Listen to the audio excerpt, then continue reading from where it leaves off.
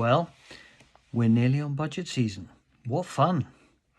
I come across a lot of organizations that struggle with setting sensible sales goals for their team and the individuals.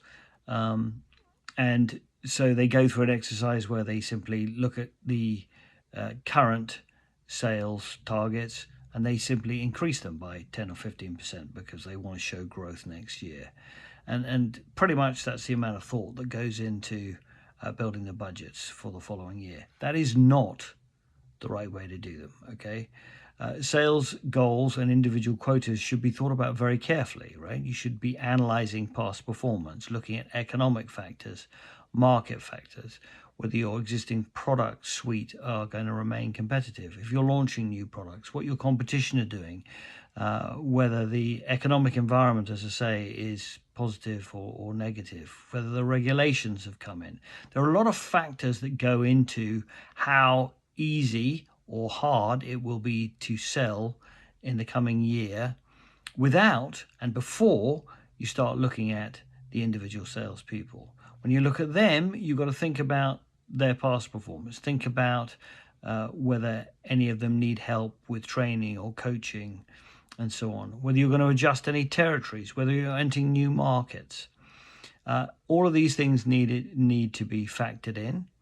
And I would give very strong advice to not add any more salespeople before you have properly evaluated the existing team and made sure that they're all humming along as good as they can be.